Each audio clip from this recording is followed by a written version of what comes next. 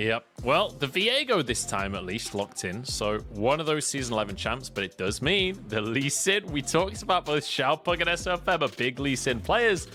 And actually Suning, they're going to say, you know what? It's time to throw down the gauntlet. You remember that draft that you just lost with? Well, it's our turn to lock that in. Let's see. Why? Because TT now they could go for locks... Thresh Varus. It's just like, TT could just go Thresh Varus here. You don't have to Thresh for the Aphelios now. You're playing into double range. You don't want the 2v2 in lane. And I see LPL teams do this so often. You have a recipe for success in draft and immediately just say, well, we don't want to do that again. We'll do something entirely different.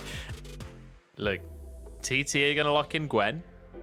Suning are going to lock in Thresh. We're going to have the same bans as last time, and we'll have the exact same compositions, just mirrored on the opposite side of the map. Maybe not. Nautilus is locked in. But the side of TT, they want to be a little bit more aggressive. And now Gwen is left open for bin. Easy pickings for Suning. And we've seen this so many times once again as well. Going for the Gwen here probably makes the most sense if that's a priority pick you have. If you feel like TT doesn't have anything to deal with it, it is still a flex pick, then you can enable on the red side as well. But it does hurt your bot lane a little bit because you had priority on Aphelios. And Aphelios is not a champion with a lot of agency for himself in the laning phase. He is very reliant on having a support to back him up because he is so immobile. So from the side of Suning now, or from the side of TT now, you just ban away Thresh. You ban away Braum, and then you don't have that safety net no longer for the Aphelios. Now you have to go for an aggressive option, something you can play into from the side of TT if you want to keep some more pressure down in the bottom lane. Thresh being banned away does make this Aphelios pick a little bit more dangerous. Obviously, things like the Braum still available as well. Quite often, we do also see teams just running things like the Leona as a peel support. Even though you think of it as a hard engaged support, a lot of the time, we do see some of these LPL teams running with things like the Aphelios. But the Jax banned once again against Xiao7. These same two bans, not afraid of the Jace, which has been the classic lane counter to the Gwen. It definitely has, and they're leaving the open the Braum actually, so now you got the peel to play with here. It kind of just feels like they felt with the Leona that they're gonna have too much lockdown. The front line was going to be too big, but I think for Suning now, you just lock in this Braum, you save the flex on the Gwen, and then you just get another priority lane for yourself. So let's see what they opt in for. It's actually going to be the Sylas as well. I suppose you do have some fine value in the Varus and in the dredge line or the depth charge as well from the Nautilus, but just opening up your flex like this immediately can be a bit dangerous. Yeah, and having your last pick as that support, I have to say the way that Suning are drafting this one, I'm not a huge fan of, but that's okay. Over to the side of TT, as they need to lock in, I believe. It's likely both of their solo lanes, right? We get the Tahm Kench coming in once again. We'll see whether this Viego is going into a solo lane or whether that will be the jungle Viego against that Lee Sin for the second game running. It seems like at least that the jungle Viego is going to come through. While this Viego is still viable in a lane on this patch, he did still have some hits to the lane Viego, and this time around it probably just makes more sense putting him in the jungle. So they are going back with the Orianna for this one, and then for the last pick to come through in the bot lane, it is going to be the Alistar instead. So they have a lot of engage options right now. They've secured the Sylas for themselves. You can see right now the signature of Suning is very much they want to front to back this one. They want to dive in with the Gwen, with the Sylas, with the Alistar, with the engage, and just beat them up immediately with the damage to come through from Aphelios. But I will say you don't have as much priority now as you did the last time around. With the Varus to come through this time around for your bot lane, Xiaopeng will actually have something to play for, and with the Orianna into the Sylas, that's actually Orianna favorite in the early game until Sylas starts picking up some items and he can effectively walk up and trade the waves. And the reason for that is that Sylas, well, he's not range. Orianna is. Yeah. It's hard for him to get this priority. So definitely for TT this time around, if we have a picture that's saying they can actually play the early game this time around, that's it. Now they actually have something to play for. It's great. It's a great adaptation from last time, but it feels like Suning enabled that adaptation. Yeah, it does feel like Suning not really drafting to the same quality that we've been used to seeing them drafting recently. Like every time we see Suning, we see them bringing out these creative counter picks, like things like the Malzahar, the Zac in the jungle, these situational picks that they're finding the right situation. Here in game number 2, feels like they were kind of just drafting picks that they want to play in specific roles. But that said, we do still have some signature picks. We still have the Lee Sin for SofM. We still have the Sylas for Angel. And when it comes to that early laning phase, feels like a lot of pressure going to be on. Yeah, we've seen this Orianna Sylas matchup that you were just talking about quite a few times recently. And in the early stages, it is very Orianna favored. Angel is going to have his work cut out there. But I am curious about the top lane as well. Xiaopeng going up against Bin. It's the exact same matchup for game number 1, and it didn't work out so hot for Xiaopeng last time. We'll see if he can change that tune as we head into game number 2. Yeah, we'll say the laning phase is not really the issue of the Tahm Kench. It's more when you get out on side later that you all of a sudden have nothing to do, really. But once again, playing into that Gwen can be quite difficult, but I just gotta say, TT this time around, way more to play for. You can actually play around the early skirmishing of the Viego. You have something that can actually facilitate the control mage that you have in Orianna, where, of course, she needs to get a few items before she's relevant, and now you have something in the early game that can actually put her towards that stage. So what we are expecting from the side of TT is that if you want to play aggressive, you play towards the bottom side, or else you just try to play around the priority to enable Xiaopeng to get in and take some camps away from SofM, because remember, the nature of the Lee Sin is that he needs to influence some lanes a bit more than he needs to clear, because his clear speed is just not up to par with a lot of the other junglers. Yeah, and I will say, I feel like looking across these compositions, and you can tell me if I'm wrong here, Guldborg, this feels like the pace of the game might be a little bit slower here from Suning. A lot of scaling across the board. As we said, Angel, not that much early lane pressure. Huanfeng is on that Aphelios, so it feels like he wants to get towards 3 items before they're really doing things. This time around, we're kind of switching things up from game number 1, and it's going to be TT stepping forward in the bottom lane. Good little trade from them, and they'll win priority right off of the bat, so could be a level 2 spike for TT. But importantly, TT the ones that should be putting their front foot forward in this game. As a rule of thumb, really, with Varus, you just always have the priority. When you have Halo Blades, you stack your passive, you get the Halo Varus down, that's your E. There's nothing the enemy can do. It's AoE, it's previous wounds, it's extra damage, and you just lose priority immediately. And it's one of the reasons why Varus is so strong on this patch, because not only is he extremely dangerous once you get to the mid to late game, and your 3-item power spike starts coming through with all the poke you can rain down on champions, you're also just incredibly good in the laning phase at obtaining wave pressure, which really just makes the game easier for you to play, which was something Suning utilized very nicely in game 1. But this time around, it's onto the side of TT to try and make use of this themselves. And once again, Xiaopeng has pathed down towards this bottom side of the map, and SofM has pathed up towards the top side of the map. So for the junglers, it seems like there's going to be no early skirmishes this time around, but at least Xiaopeng is going to be able to get a scuttlecraft for himself this time. Yeah, at least we get to trade those scuttle crabs. Xiaopeng gonna be all right. And again, that is a lot down to these lane matchups, buying Xiaopeng some space in the jungle. He is going to opt to ignore his Krugs here and go straight towards the Scuttle Crab, whereas SofM cleared the Krugs first, and then we'll go to that top Scuttle, and you'd expect Xiaopeng to move over to his Scuttle after move over to his Krug, sorry, after finishing the Scuttle. So, going to be an even start here, as SofM drops a cheeky little ward onto the Gromp as well, and they'll both reset, redo the clear. Feels like we could be in for a long one here, Guldborg, on a very slow start to things. But TT, they're one of these teams that we've known to cause a little bit of chaos, maybe even in some situations that you wouldn't expect it. But the things you could try to do now as TT is that you want to plan ahead, because you know that the Lee Sin finished his jungle pathing up towards the top side of the map because there was no contest for the Scuttle. So you have to assume that he took the top side Scuttle. Because of this, you also know that the bot side camps are the next camps that needs to be cleared, and SofM should be down towards the bottom side of the map. Well, here we go. Sam D locked up on the wall, on with a double pulverize. You can take the Varus, you can take the Aphelios, you can take either side of this matchup, and Suning are going to win it. Angel finding an advantage onto but trades it straight back at him, down to less than half HP in the mid lane. I feel like it's just misplaying with the priority that you could have, because look at this. You're in the mid lane right now. We'll keep Angel pushed in towards the bottom side of the map. It was TT with Samdi and Pudding who had the priority to push. So if Xiaopeng just walks down immediately to the bottom side of the map, not only can he help bot lane push out, he can also try and contest SofM for his bot side jungle camps because they knew that Grump was coming up. They knew Wolves was coming up. They go to the upper side of the map, and because of this, SofM, he's just abusing this. He's abusing the fact that there's a bot lane that's pushed up, and as soon as SamD flashes away but still gets rooted up, there's nothing he can do. So intelligent stuff for SofM, but a missed opportunity for TT nonetheless as well.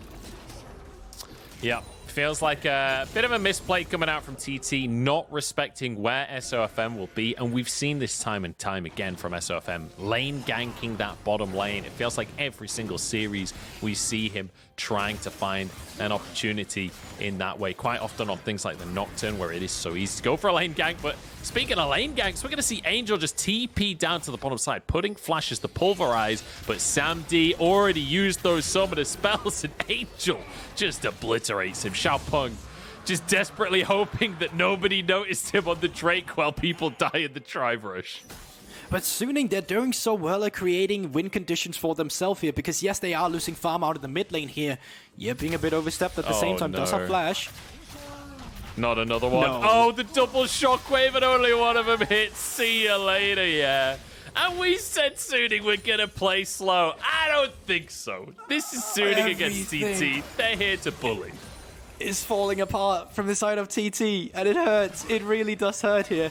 Really creative stuff from the side of Suning. You gotta give credit to Angel, who just decided to sacrifice his mid lane wave to punish the Varus that had no flash. They got information, and they just immediately executed on that information. But then, yeah, in the mid lane, with flash, misses the shockwave. I'm not too sure what he was up to. Yeah, I don't know either. Secret Agent Xiaopeng, though. I can't believe he actually got away with that. Nobody even saw him. As we get to see the double Gravitum there. And we already know that SamD had no flash from the previous play, so easy cleanup from Angel. Beautiful stuff. Yeah, I feel like the only mistake was On decided to go on the Nautilus that did still have flash, where when he does expend flash for himself, could just have gotten onto the Varus, but maybe that's going to be alright, knowing that Pudding doesn't have the flash either now either, and you do have that Hex flash to try and equalize on it as well. But once again, Suning just very good at taking over. Now TT, finally it seems like Xiaopeng wants to have an influence in the lane, and he's up towards the top side of the map, not spotted out just yet. Xiao7 tries to close the gap. Bin just presses E and zips off to the side. Xiaopeng, let's see how committed to this play he is. Bin, by the way he's positioning in the lane, it feels like maybe he knows something is up. Maybe he knows. Obviously, he hasn't seen Xiaopeng on a ward, but potentially just intuitively feels like there could be a gank coming up to the top side. Xiaopeng will have to walk away from the lane empty-handed, and now will be spotted on that ward. And so Suning know exactly what was going on. They know exactly where Xiaopeng is. And TT grouping up. We talked in game number 1 about the prevalence of the TT Rift Herald, how well they controlled the Heralds in game 1. They're going to start it off here in game 2, but Suning are moving everyone up to answer as well. So SofM trying to get in, takes a good chunk of damage, dashes away from the knockup, but it's going to be a hook onto Bin. The retreat from Suning and the re-engage from On. There's Moonlight Vigil, only onto Pudding though, as Herald resets, and that is perfect for Suning to stall TT out here. They're going to try and wait it out here, keep the extended damage to come through. Shockwave! Oh! Another great shockwave from but it's a 4-man pulverize to answer it as everyone goes in 1-for-1 now. Shields across TT, but the Sonic Wave is there. Pudding will go down. SofM looking for more. The Dragon's Rage to stop the escape. Xiaopeng will fall, and Suning find yet another fight for themselves. Yeah, a good setup in the beginning from the side of TT, but they let the Herald reset, and as soon as the Herald is reset, as soon as the extra damage comes through from the side of Suning, the fight just completely collapses for them, and once again, a nice shockwave from but the knock-up, as you mentioned, from On, the disengage to come through, and the setup for his carries just solidified that fight, really. And after that, Rift Herald now over to the side of Suning. I love this. Huanfeng has been the one who picked up the Herald as well, so you can just give over all the solo gold to the AD carry, rather than splitting it with your jungle. And there we have it in the replay again. A nice knock-up to come through from the Rift Herald in the beginning, and it's not actually On, it's the depth charge from Angel as the extra setup after the knock-up has come through from the Alistar. So it's just a bouncy castle from the side of TT, and nothing they can do while they're in it. Unbelievable. And now we see... Oh, actually, On has used his ultimate in the bottom side. I'm not sure if he was maybe caught up. But just look at the scoreboard for a second, Guldborg. You already mentioned the Herald in the pocket of Huanfeng, but 2-0-3 for SofM, 2-0-3 for Angel, and Huanfeng 1-0-4 with a CS advantage with a Herald in his pocket is going to be monstrous on this Aphelios. This is already such a ridiculous lead. We're 10 minutes in, and Suning are 3,000 gold ahead, and it's only going to get worse for the side of TT. And Huanfeng can hold on to this Herald for a while. He can try and chip away at these easy plates and save the Herald when there's only 2 plates remaining. And that's the thing. All you can see On is doing is he's playing towards the back, and now top side of the map, Xiaopeng. In this matchup, he decided once again for himself to play. He wanted to play the Tahm Kench into the Gwen. Oh, Bin splash forwards. He wants a solo kill. He might just go under the tower on this one. Third needlework ready to be used. Damage is there, but it's turned around. Bin's gone too deep. He's gobbled up and kicked out underneath the tower. Snip, snip, but no longer. You can't cut through Tahm Kench. I just want to point out, that was not Xiaopeng's doing. That was not the Tahm Kench pick that made that happen. That was just Bin going too far forward and had nothing to do with that. I refuse to say I cast a curse that one. Yeah, that was a questionable decision, I think is how we can word that one. As Suning look for another play on the bottom side. SofM has to back away. Double Moonlight Vigil. Bit of damage onto Pudding as SofM goes down. It's a kill for Ye and a follow-up onto Angel. Into the pit they go. They proc Dragon as well. So Angel's stuck at the side of the wall. Gets his own shockwave, but will fall to Xiaopeng. Things are starting to turn around for TT as Xiaopeng will get his second Drake. Things are definitely looking better here. At the same time, though, Huanfeng wants to enable the priority from this Herald himself, and they could be trying to go for the bottom turret while the Drake has just been picked up. I wonder if they're going to stay for this one. I'm not sure that they can with Xiaopeng waiting off in the wings. It is going to be still 4 plates taken by Huanfeng and getting solo gold on each and every single one of those plates. It's still a huge influx of gold for them, and you can see, even though TT won that last fight, still a 2,000 gold lead in favor of Suning. But those 2 Drakes, and this time, importantly, it's an Infernal Soul, so it's far more impactful than what we saw in Game 1. But also very important to remember that this is Suning opting in for this little contest around the Tri-Bush here. They're the one who's going in for these plays, and they don't have the TP timing apparently from the side of Ye in the mid lane, and because of this, Angel is late to the party. He's not there to actually help SofM on the Lee Sin, and he's just knocked down immediately, and then from the follow-up going into it afterwards, everything is just becoming a disaster here. So this is slip-ups you don't want to see from the side of Suning, especially when you're thinking that this is like a little practice game at least for them, a seeding game at the same time to move into playoffs. Yeah, I'm going to ask you a question now, Guldborg, and you tell me whether I'm just on the copium here or whether this is accurate in your mind. This feels more like I'm watching top esports than Suning, right? Where they're opting into these plays where it's like, you know that this is not a good play to be making. You're just trying to see if you can style on your opponent. So like 50% of the time it's working in this game has been... Looks for another all-in onto Xiaopeng. Won't be able to find damage, but there's half of his health gone. SofM was up on the top side as well, but Xiaopeng survives. It feels like Suning are quite happy to just brute force things and try and find advantages through mechanical play alone. I will give that, yes. That is one part as well. But I also see a little bit of FPX in it as well, due to the nature that I think FPX is really good at doing is, once again, pushing out turrets and creating skirmishes in the enemy jungle. And it seems like Suning wants to mimic that a little bit, but they're just going too far forward. Well, that was incredibly underwhelming. We saw a couple of come. I thought that was going to be a big all-in, but On just ults the Varus ult, and well, that's the end of that play. Xiaopeng kicked out, SofM arrived, but TT don't want it anymore. And what I thought was going to be a big pop-off fight turns out to be nothing, as Bin has dived the tower once again, but he's got Conqueror, which means he has almost unlimited health, but not unlimited enough. Xiaopeng, that's 2 solo kills on Bin at the top side. That's just limit assisting as well. Super disrespectful from Bin. He just keeps walking in on the turret. It's like, want to watch me do it again? After just having failed to dive the first time, and it's just giving Xiaopeng all these unnecessary resources for free. I'm not too sure what Bin is doing up in this lane. I'm not really sure. But you know what? That's okay, because we're watching the LPL, and I'm here for shenanigans. That's exactly what we're getting. Looks like he just went a little bit too ham on the trade, honestly. Oh, actually, yeah. You know what? I take it all back. That was actually the setup from Xiaopeng. He got him on the turret there. It wasn't really a dive. Just an overstep that Xiaopeng punished immediately, and then the flash tongue lash. Nicely done. So, honestly, I take that back. Nice choice. Nice job, Xiaopeng.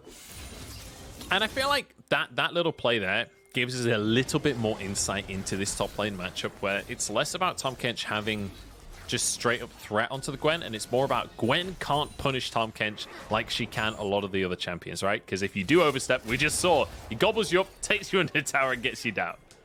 Yeah, it's about respecting that fact as well, because I feel like if you take an extended trade and let him stack that Devour, and then all of a sudden you're under his turret, or a quiet taste, I think it's called, actually. Probably not the thing you want to go for. But now, back to the Rift Herald, something we know TT very good at. Well, On has pressed R, and that makes him completely invincible. So what TT thought was a pick turns out is just going to be an ultimate blown. But Herald going to be started by them once again. Just pulling himself to the wall. Nothing to see here. Don't worry about that, guys. As Angel steals the depth charge. You got a 4-man depth charge last time as SofM tries to get onto gets the kick. Shockwave only onto 1. In the meantime, Moonlight Vigil comes in. The health bar's getting low on both sides here, but Huanfeng is free-firing, putting Forced out. Both junglers have died, and no one else goes down. But it's still about the priority with the Rift Herald that you don't really need the smite. You just need to be the last one to poke the eye, so they're going to stick around on towards this one. Yeah, does have teleport himself if he wants to go back into the fray. But from the posturing of the rest of TT, it looks like they're just going to be giving over the objective and then potentially take a look on towards the Drake instead, because we've not even talked about this, but TT Munchables, they actually have 2 Drakes for themselves now. With the late resets that's coming through from Suning, this could potentially just be TT that picks up the mid lane turret and take Drake as an exit objective.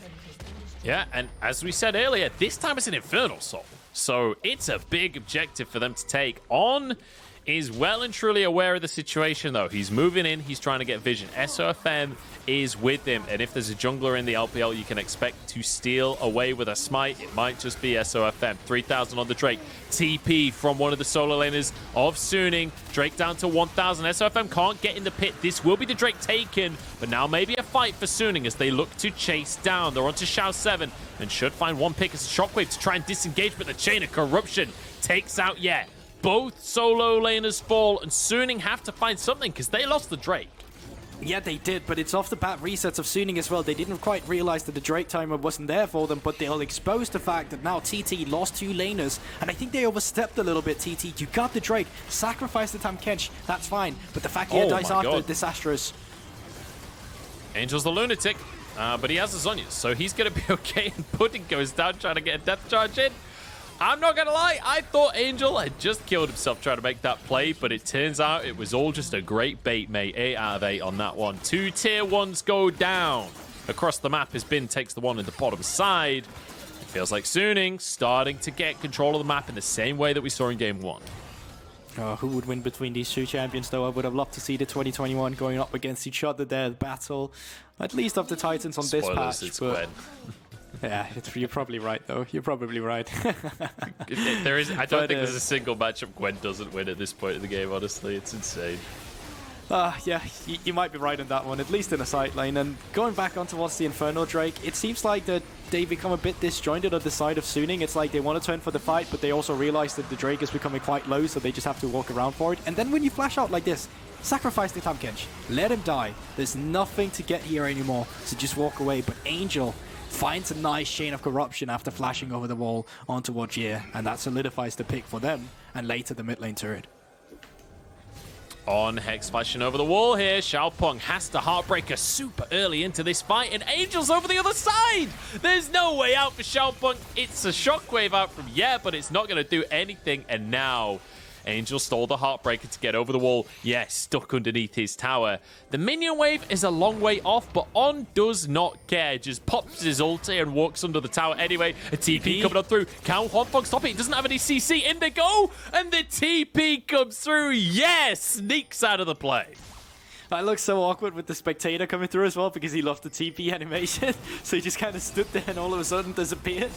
Like, now you see me, now you don't. But he is out of this one. But the rest of the skirmish will still continue. And I think from the pressure coming through from Suning, TT, they will just be forced to sacrifice this turret. Crossmap could potentially come through on the other side with Xiaopeng trying to equalize the turret himself, but it looks like Bin, he's just going to be there themselves. So once again, nice play coming through from Suning. They burn the TP from the Orianna, and they still get the top turret for themselves without losing anything across the rest of the map. Really nicely done here by Suning to retake control after things start to look a little bit dicey partway through the early game. Like, I think for anyone that just took a break, right? Maybe you saw the end of game number 1, you took yourself a 20-minute break, and you've come back and you're like, okay, looks exactly the same as game number 1, right? Not quite. TT did manage to win a couple of skirmishes in this sort of, I guess, the late stages of the laning phase. But it feels like now Suning have started to turn it on once again and have started to play a little bit better around these objectives. But this is the most important one coming up. In a minute and a half, Infernal Soul could be available for TT if they can just get a smite. And that is dangerous for Suning. That's very dangerous, but it's also very hard now for TT to set up the same kind of plays. Remember, the only reason they got the soul point initially was because it was a slow reset to come through from Suning. It wasn't really because of the fact that TT just were able to fight their way into the river and get all the vision. So now with 1 minute remaining, if you have to get vision around the river now on an even footing, with all of Suning already being there setting it up, it's super tough for them. You can already just see it from the map state. If you take a look at the minimap, right? A lot of the TT members are pushed up against their own base. While when you take a look at the river vision right now, it's a lot of pink wards from the side of Suning. It's a lot of priority from Suning. So now with the resets to come through from Suning, with them now setting up for it, it becomes an almost impossible task for the side of Xiaopeng to get in towards this one and try and steal it.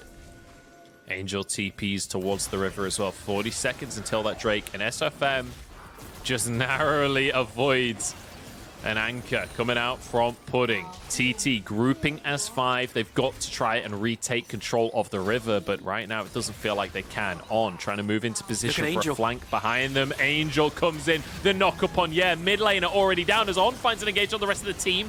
Moonlight Vigil through as well. Good damage out from Huanfeng here as Xiaopeng trying to tank up, but Pudding will fall as well. Everyone just being taken apart one by one. A chain of corruption comes through as Bin and Angel dive the inhib towers as a 2-man death squad. It's a double for Bin as the towers will fall, and Guldborg Suning might actually be able to just end the game.